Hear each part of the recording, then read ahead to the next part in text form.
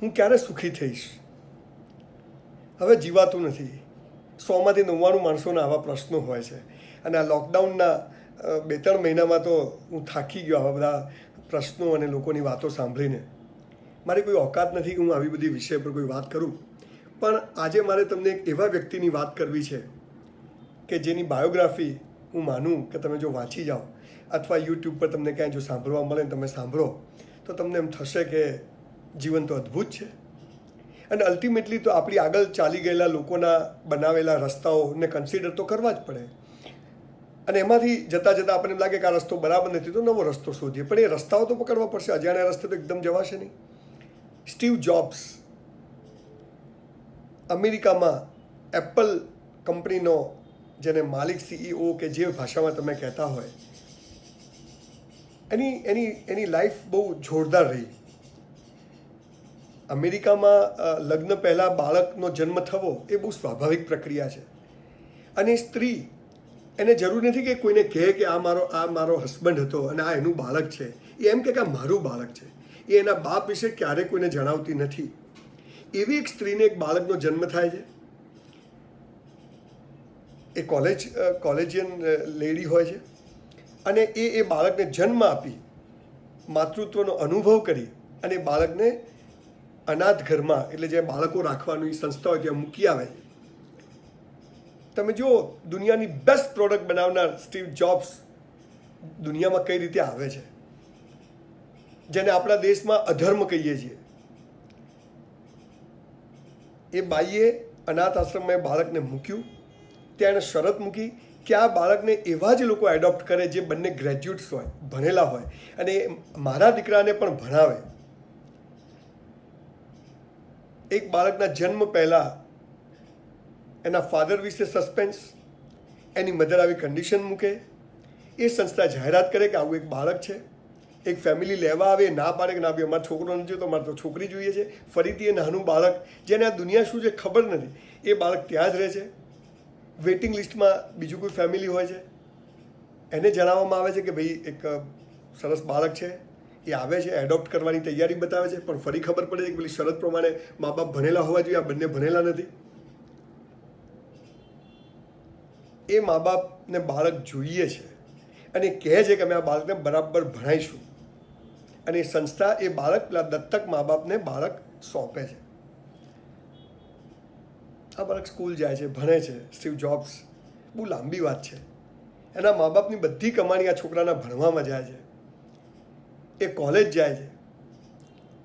આપણા જ દેશમાં જે યુવાનો અનુભવ કરે છે એને એમ લાગ્યું કે આ એજ્યુકેશન સિસ્ટમની કોઈ મતલબ નથી, મારે આ ભણવામાં મજા નથી આવતી. સાહેબ, તમે જ્યારે ચીલા ચાલુ ઘેટાના ટોળા બધા કરે, બધા કરશો તો બધા મરે એમ સામાન્ય મરશો. પણ કંઈક વિચારશો કે હું આ પૃથ્વી પર કેમ આવ્યો છું, તો કદાચ નવો રસ્તો તમને મળી શકશે. પણ એના માટે મુખ્ય પ્રવાહમાં તો જવું પડે. પહેલાં એ સ્કૂલ કોલેજોમાં જવું તો પડશે, ભણવું પડશે. પણ ત્યાં જઈ અને તમારો અંદરનો ઈશ્વર જાગી જશે અને તમને એમ થશે કે યસ, કંઈક જુદું કરવા માટે હું આ પૃથ્વી પર આવ્યો છું, જે 99% લોકો વિચારતા જ નથી.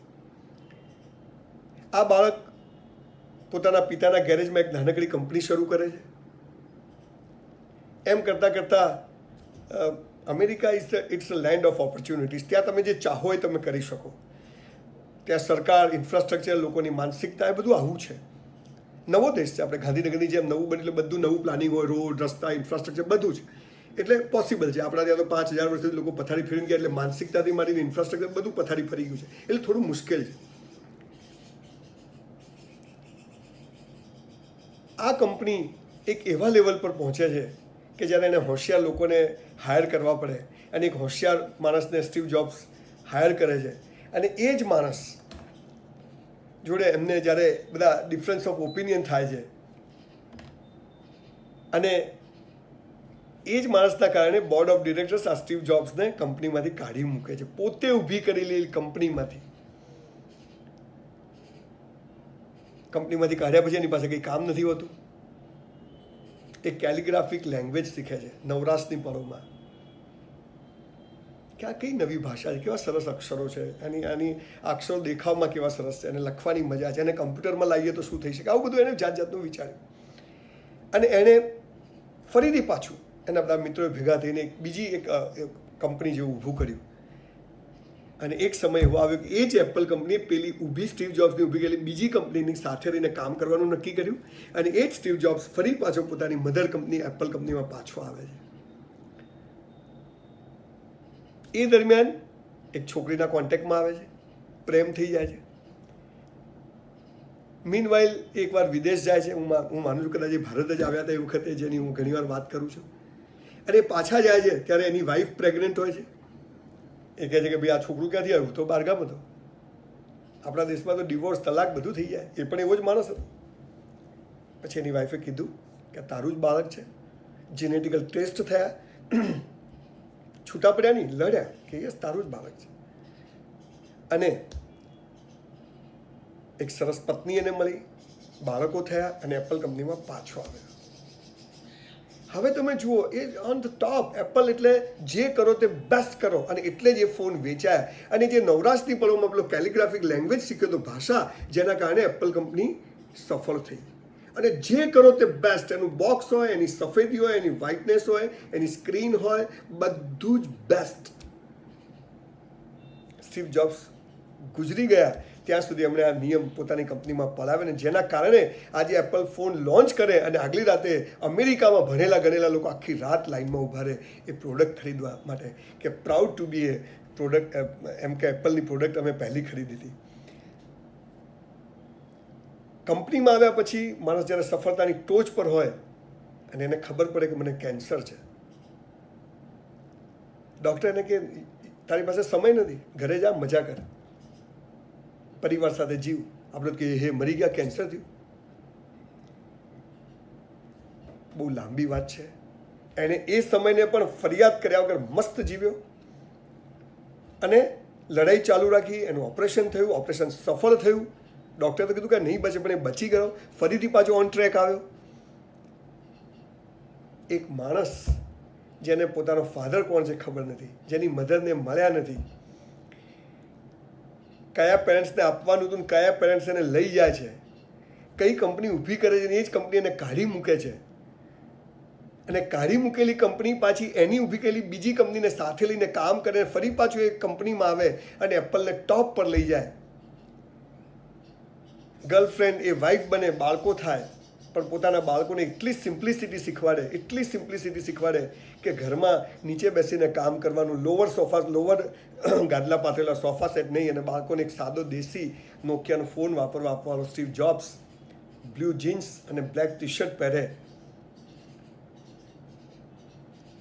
ગુજરી ગયો ત્યારે કરોડો રૂપિયાની સંપત્તિ મૂકીને ગયો આ માણસ.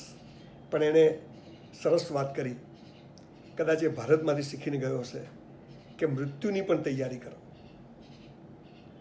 આજનો દિવસ મારી જિંદગીનો છેલ્લો દિવસ છે. ફિલોસોફી નથી મારતો, સાયકલ જેવું છે. એકવાર ખબર પડી જશે, મજા છે. એણે કીધું સાક્ષી ભાવમાં જીવો. આ દુનિયા આમ જ છે. ઈશ્વર બધી પૂર્તિઓ કરે છે, કોઈને લઈ લે છે, કોઈને મોકલે છે, બધું બેલેન્સ થતું હોય. આવા સમયે આ પત્નીએ કેમ આમ કર્યું, આ ગર્લફ્રેન્ડ જતી રહી, આ બોયફ્રેન્ડ જતો રહ્યો, નોકરી ના મળી, ધંધામાં નુકસાન થયું, થાય, અઘરું છે. પણ આપણે આ દુનિયામાં આવ્યા એ પહેલાં પણ આ દુનિયા મસ્ત હતી. આપણે જઈશું પણ આ દુનિયા એવી ને એવી જ મસ્ત જીવવાની છે. સૂર્ય ઉગશે, તારા મંડળો, બધું જ ચાલશે, દિવસ રાત થશે, પણ સો મસ્ટ ગો ઓન. થાકશો નહીં, હારશો નહીં. આ દુનિયામાં અસંખ્ય લોકો આવી ગયા, તમારા ને મારે. આપણે જ્યાં જીવીએ છીએ આજે, જેને બિહારને આપણે લોકો એમ કહીએ કે બિહારમાં આવું બધું ચાલે છે, બિહારમાં ગમે તેવું ચાલે છે, આ જ બિહારમાં બૌદ્ધ અને મહાવીર પેદા થયા હતા. કલકત્તા આજે આપણે એમ કહીએ કે કેવું શહેર થઈ ગયું છે, આ જ કલકત્તામાં ઓશો પેદા થયા. પ્રતિભાઓ ગમે ત્યાં પેદા થઈ શકે છે, પણ આ સમજ આવવી, અને બહુ યુવાનીમાં સમજ આવી જવી કે we are part of this game, we are part of the whole universe. તમને જે ગમે કામ કરો, કોઈના માટે કામ ના કરશો, તમને જે ગમે કરો. ભૂખે નહીં મરી જાઓ, 2 ટાઈમ ખાવા મળે તો બહુ થઈ જશે. ઇજ્જત બિજ્જત જેવું હોતું નથી. લોકો તમારા વિશે બોલશે, ગમે તેવું બોલશે, કે તમારી પ્રગતિ નહીં જોઈ શકે એટલે તમને ખેંચવાની કોશિશ કરશે, તમને પાડવાની કોશિશ કરશે, તમારા ચારિત્ર ઉપર, તમારા બિઝનેસ પર હુમલાઓ કરશે. પણ તમે ચાલુ રાખજો, અને કામ કરવાની પાછળ એક જ ભાવના રાખજો કે મારે સમાજ માટે જીવવું છે, આ દુનિયા માટે જીવવું છે. આ દુનિયા ભગવાનની છે, માટે ભગવાનની દુનિયામાં જીવવું છે. નાનામાં નાનું કામ કરી, સફાઈ કામદાર હોઈએ, ટોયલેટ બાથરૂમ મેં સાફ કર્યા છે, એ પણ કરીએ ત્યારે પૂજા કરતા હોય એવી ભાવનાથી કરીએ. 10,000નું કામ કરીએ પણ 20,000ની મજૂરી કરીએ, કામ કરીએ. આ ભાવ પેદા થઈ જાય તો તમે પણ જેને લોકો સિદ્ધિ કહે છે એના ટોપ પર પહોંચી શકો છો. એટલે સ્ટીવ જોબ્સ જેવા લોકોને વાંચતા રહો, વોરેન બફેટ જેવા લોકોને આપણા દેશમાં પણ ઘણા થયા. પણ નાવ the hall world is a global village, અને આપણે તો વસુદેવ કુટુંબકમ, આખું વિશ્વ મારું કુટુંબ છે. એટલે આ નાત જાત ધર્મ સંપ્રદાય દેશની બાઉન્ડ્રીને ક્રોસ કરી અને આખું વિશ્વ જે ઈશ્વરનું છે અને આપણે એના એક ભાગ છીએ, એમાંથી આવ્યા છૂટા પડ્યા પાછા મળી જવાનું છે. આવી જે લોકો તૈયારી કરીને જીવનને જીવે છે એ લોકો બહુ મસ્ત જીવી શકે છે. પ્રેમ હોય કે બિઝનેસ હોય, નુકસાન જ દેખાય છે, પણ એ નુકસાન નથી, એ ઈશ્વર તમને નવી તક આપે છે. તમને એમ લાગે છે કે એ ગયું, આ પાત્ર ગયું, આ બિઝનેસ ગયો, ડોન્ટ વરી. ખબર નથી કે નવું કોણ મળશે, પણ એ ઈશ્વર પરનો ભરોસો, શ્રદ્ધા એ તમને તમારા ગંતવ્ય સ્થાન સુધી, તમારા ડેસ્ટિની સુધી પહોંચાડી દેશે. નિયતિ અપના માર્ગ ચૂન લેતી, કૃષ્ણ ભગવાન ગીતામાં કહે છે. એટલે યુ આર નિયતિ, હું નિયતિ છું.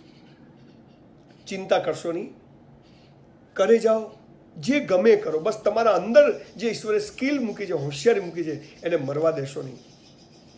ગમે તેવી વિકટ પરિસ્થિતિ આવી જાય, ખુશ રહેજો. અને પછી તમે જુઓ કેવા ચમત્કારો સર્જાય છે. તમે બેઠા છો ને તક સામે આવીને ઊભી છે. તમે કલ્પના નહીં કરી, એ પાત્ર તમારી સામે આવશે અને તમને અરે આવું થયું. યસ, સુખ અને દુઃખ સિક્કાની બે બાજુ છે, બંને એક જ છે, સ્વરૂપ જુદું છે. આ સમજાઈ જાય તો જીવન મસ્ત છે. કોઈ લોકો સુસાઇડના વિચારો નહીં કરે, કોઈ લોકો જિંદગીને ગાળો નહીં બોલે, કોઈ લોકો એમ નહીં કે હું દુઃખી છું. હંમેશા એવું લાગશે કે હે ગયા, મરી ગયા, હારી ગયા, પણ થોડાક સમય પછી એમ લાગશે કે એ સમય પણ સારા માટે આવ્યો હતો.